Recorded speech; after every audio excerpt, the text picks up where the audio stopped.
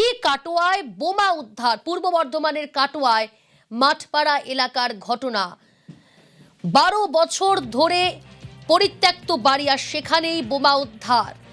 রণদেব রয়েছে আমার সঙ্গে। রণদেব, পরিত্যক্ত বাড়িতে বোমা উদ্ধার, কারা সেখানে বোমা মজুত করলো, কখন এই বোমা উদ্ধার হলো, বোমাগুলো নিষ্ক্রিয় করা হয়েছে কি এখনো পর্যন্ত?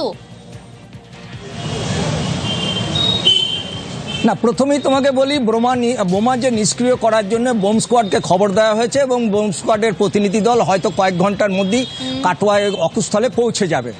বোমা কিভাবে পাওয়া গেল সে প্রশ্নে যে পুলিশি সূত্রে জানা যাচ্ছে যে পুলিশ গোপন সূত্রে জানতে পারে যে মাঠপাড়া এলাকায় বেশ কিছু মানুষ কিন্তু এলাকায় আসা যাওয়া শুরু করেছিল এবং পুলিশ সেখান থেকেই জানতে পারে যে এই বাপি শেখ যে বছর 12 আগে এলাকা ছাড়া হয়েছিল বিরোধী গোষ্ঠীর যে তারা খেয়ে, সেই বাড়িতে কিন্তু লোকরা জমা হচ্ছিল।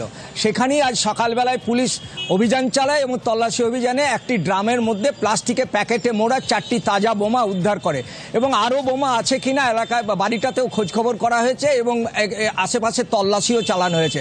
বাড়িটা থেকে যখন বাপি শেখকে তাড়ানো হয়েছিল তারপরে কিন্তু বাড়ির দরজা জানলা ভাঙা ছিল, যার ফলে অনায়াসী দুষ্কৃতীরা ভেতরে ঢুকতো এবং নেশাখোররাও ভেতরে ঢুকতো বলে এলাকার মানুষ জানাচ্ছে।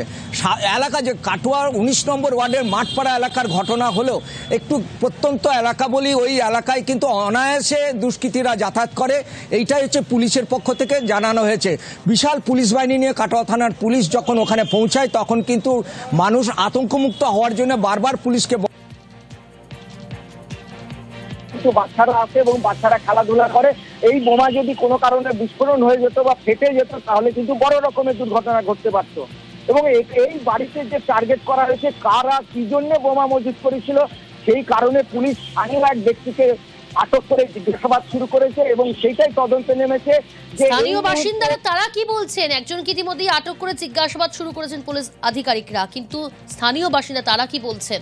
এই যে যাদের বিরুদ্ধে অভিযোগ উঠছে তারা যে 12 বছর ধরে আগে সেখান থেকেই চলে গিয়েছে সেই ব্যক্তি, তারপরে আর দেখা পাওয়া গিয়েছিল তার? এই বাড়িতে কারা থাকতো? পরিত্যক্ত বাড়ি বলছো ঠিকই, কতদিন ধরে এই বাড়ি ফাঁকা?